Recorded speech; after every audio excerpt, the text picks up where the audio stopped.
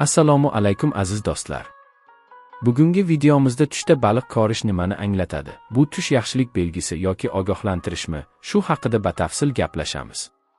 Tushda baliq ko'rish islomiy tush ta'birlarida ko'pincha rizq, baraka va moliyaviy farovonlik ramzi sifatida talqin qilinadi.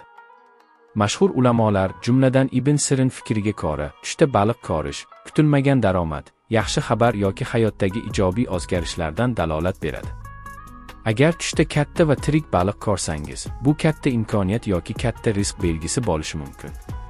Ayniqsa suv toza bo'lsa va baliq sog'lom ko'rinsa, bu halol daromad va baraka ramzidir. Agar tushda baliq tutayotganingizni ko'rsangiz, bu mehnatingiz natija berishini anglatadi. Tushda baliq ushlash, maqsadlarga erishish, foydali imkoniyatni qo'lga kiritish belgisi. Agar baliq qo'lingizdan chiqib ketsa, bu imkoniyatni boy berish ehtimolini bildiradi.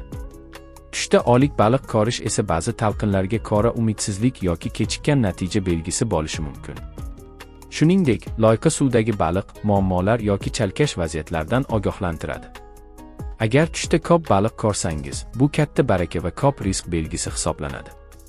Ba'zi talqinlarda tushda baliq ko'rish farzand yoki oila bilan bog'liq quvonchli voqealarni ham anglatadi.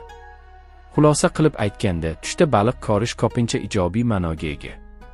Rizq, baraka, moliyaviy o'sish va yaxshi xabarlar bilan bog'liq. Ammo tush tafsilotlari, suvning holati, baliqning tirik yoki o'likligi talqinni o'zgartirishi mumkin.